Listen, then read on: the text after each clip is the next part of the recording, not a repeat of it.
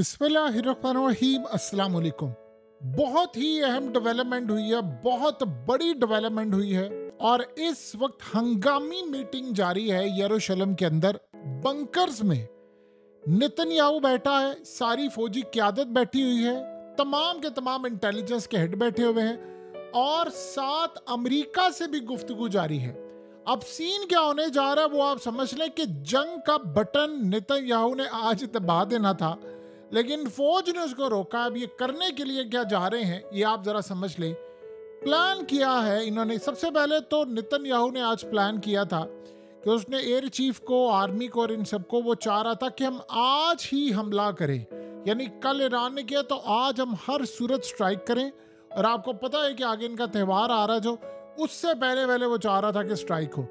इस सूरत हाल के अंदर इन्होंने अमेरिका को इन्फॉर्म किया है कि हम अपनी फिजिबिलिटी देख रहे हैं कि हम क्या हमला करेंगे।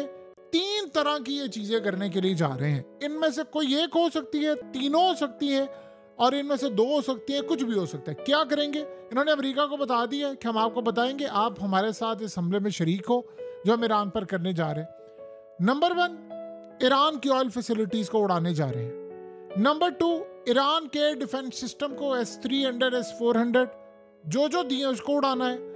और नंबर 3, उसमें पॉलिटिकल, सियासी और इसके अलावा फौजी बड़ी अहम फिगर जो हैं उनको मारना है। टॉप पर है आयतुल्लाह अली खामनाई।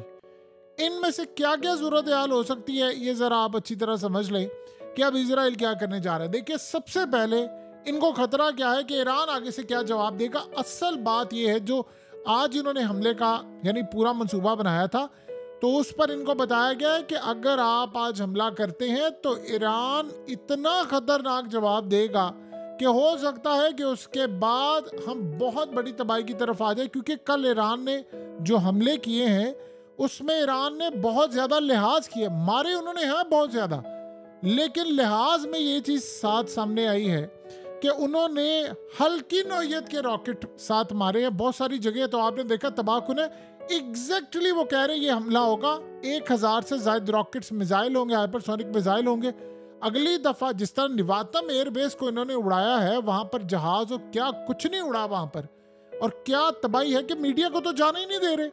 आप अंदाजा करें कि सबसे पहले मीडिया ने इजराइल के मीडिया ने बात की कि 400 मिसाइल रॉकेट आए हैं। फिर उसके बाद यरूशलेम पोस्ट में कहा गया नहीं 500 आए हैं, और अचानक से उस खबर को रिमूव करवा दिया गया। कहा गया कोई बंदा इस खबर को ब्रेक नहीं करेगा, आप वो नैरेटिव जो सरकार दे रही है। 200 आए हैं। अब आप जरा सोचें कि उसके बाद पैगाम ये हुआ कि आपने कोई वीडियो नहीं बनानी, कोई चीज नहीं बनानी, लिहाजा अब उसके बाद ये प्लान कर रहे हैं कि हमने करना, किसी को जाने नहीं दिया, तबाही हुई है।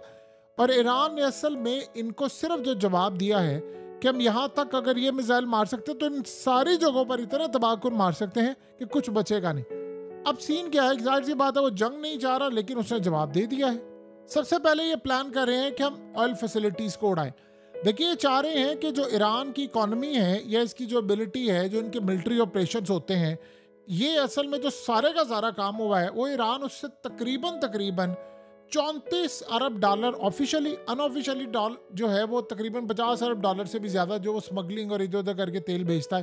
तो वो कह रहे हैं अगर हम इनकी इकोनॉमी तबाह करनी है और इनके मिलिट्री को जो फंड मिलते हैं, जो मिसाइल खरीदते हैं, तो इससे सूरत हाल ये होगी कि अगर हम इनकी ऑयल रिफाइनरीज पर हमला करें, इनके एक्सपोर्ट टर्मिनल्स पर हमला करें और इनके क्रिटिकल इंफ्रास्ट्रक्चर पर हमला करें तो फिर हम इनको नुकसान पहुंचाते हैं। उसके लिए उन्होंने प्लान ये किया है, टेबल पर प्लान रख रहे हैं, भी डिस्कस हो रहा है कि एयर स्ट्राइक कर सकते हैं, मिसाइल अटैक करेंगे, या साइबर वॉरफेयर की तरह कोई, यानी इनकी ऑयल प्रोडक्शन को डिसेबल कर दें और इनकी एक्सपोर्ट कैपेबिलिटीज को खत्म करें। इसके लिए प्लान ये हो रहा है कि लॉन्ग रेंज फाइटर्स यानी F-35 जाए और वो वहां पर स्ट्राइक करे, जिसका उनको वो कह रहे हैं कि हमें इस सूरत हाल में अंदाजा नहीं है कि उनके पास S-400 तो है, लेकिन S-400 के साथ अगर S-500 या कोई ऐसी फैसिलिटीज भी हो कि वो स्टेल्थ फाइटर को अगर उन्होंने कर लिया तो ये ना हो कि जहाज वहां पर गिर जाए तो तबाही हो। क्योंकि ईरान ने जो हमला किया है वही सोच समझ कर किया है कि हम पर जो दोबारा हमला होगा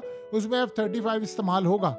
उसके अलावा प्लान है कि जेरिको मिसाइल मारा जाए लॉन्ग रेंज का और इसमें खतरनाक वॉरहेड लगाया जाए, ये भी एक प्लानिंग है। तो इस सारी सूरत हाल में अब वो कह रहे हैं कि डिफेंस सिस्टम को सेकंड नंबर पर हम तबाह कर सकते हैं।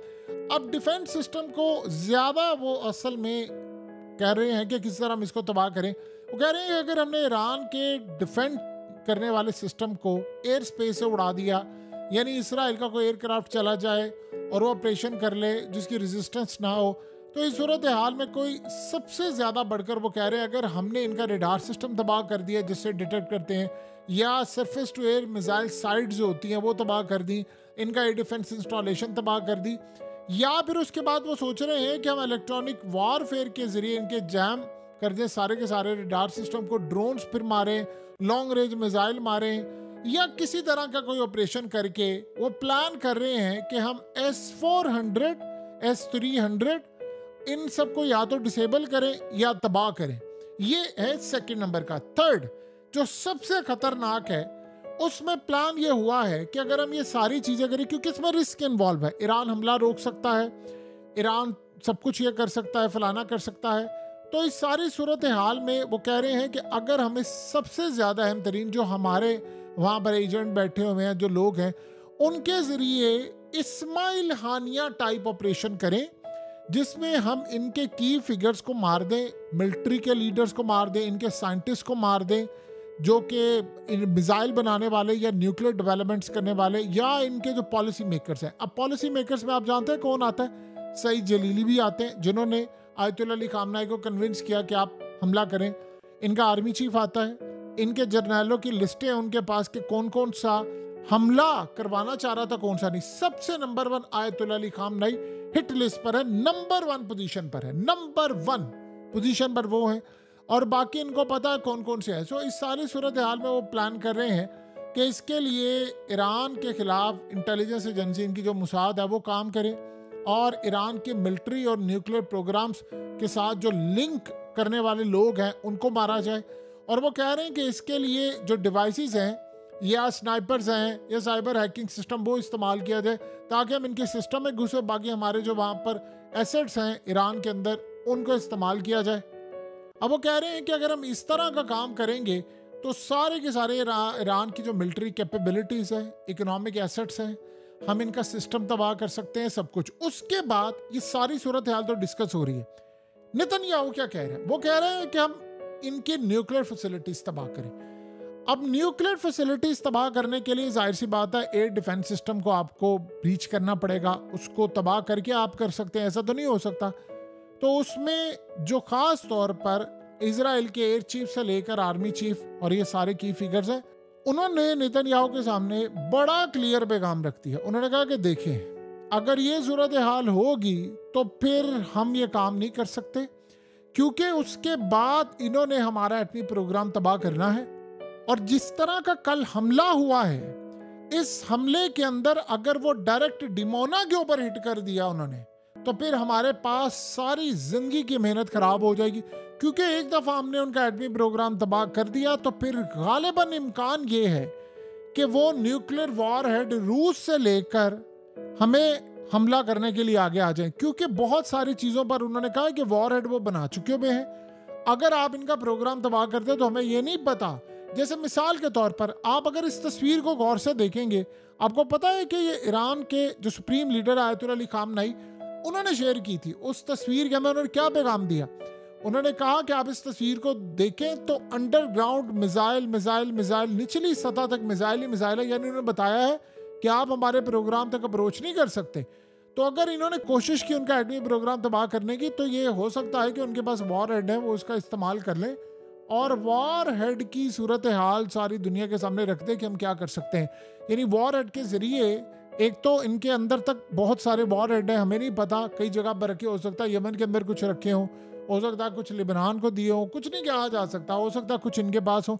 तो अगर हम इनका प्रोग्राम तबाह करेंगे तो वॉर हेड मौजूद होंगे। और उसके बाद वो कह रहे हैं कि हाइपरसोनिक मिसाइल सीधा डिमोना को हिट करेंगे। फिर ये टास्क होगा इनका और लिबनान का, हर जगह का, कि इनका एटमी प्रोग्राम तबाह करना है। तो इजराइल का अगर एटमी प्रोग्राम तबाह हो गया तो हम बहुत पीछे चले जाएंगे, फिर हमारी को मदद करने के लिए आगे नहीं आएगा। तो ये सूरत हाल हमारे लिए खतरनाक है। अब जो ज्यादातर इत्तेफाक हो रहा है इन सब का जिस चीज के ऊपर, वो ये हो रहा है कि ईरान के अंदर बड़ी शख्सियात को मारा जाए, इसमें आयतुल्लाह अली खामनेई का मामला सामने, वो समझ रहे हैं कि अगर हम आयतुल्लाह अली खामनेई को मार देते हैं या इन पर स्ट्राइक करते हैं अंदर से, तो फिर इस सारी सूरत हाल में हमारे लिए फ़ायदा ये होगा कि हम ईरान के अंदर अवाम सड़कों पर आ जाए, कहेंगे जी अंदर ही हमारे गद्दार बैठे हैं या फलाना बैठे हैं, तो उनके खिलाफ खुदा इनकी अनारकी की सूरत हाल होगी। और वो कह रहे हैं कि अगर इनके जाने के बाद जो हमला करने का मामला हो सकता है वो उस लेवल पर ना आए और ईरान बदला ना ले। जैसे उनका ख्याल है ईरान के प्रेसिडेंट और बाकी सारी बहुत सारी की फिगर जो थे वो तैयार नहीं थे हमले के लिए। तो ये इस वक्त प्लान बन रहा है, इसमें वो कामयाब कितने होंगे, क्या सूरत हाल होगी, ये तो आने वाला वक्त बताएगा। बहरहाल अगर ये काम इनमें से कुछ भी हुआ तो ये याद रहे आयतुल्लाह अली खामनेई कफन बांध कर इस वक्त लड़े हैं। वो पहले ही तैयार थे, उनको पता है सारी चीज़ें हो सकती हैं, वो इसके लिए तैयार है और गालिबन रूस इस दफ़ा पूरी तरह ऑन बोर्ड है।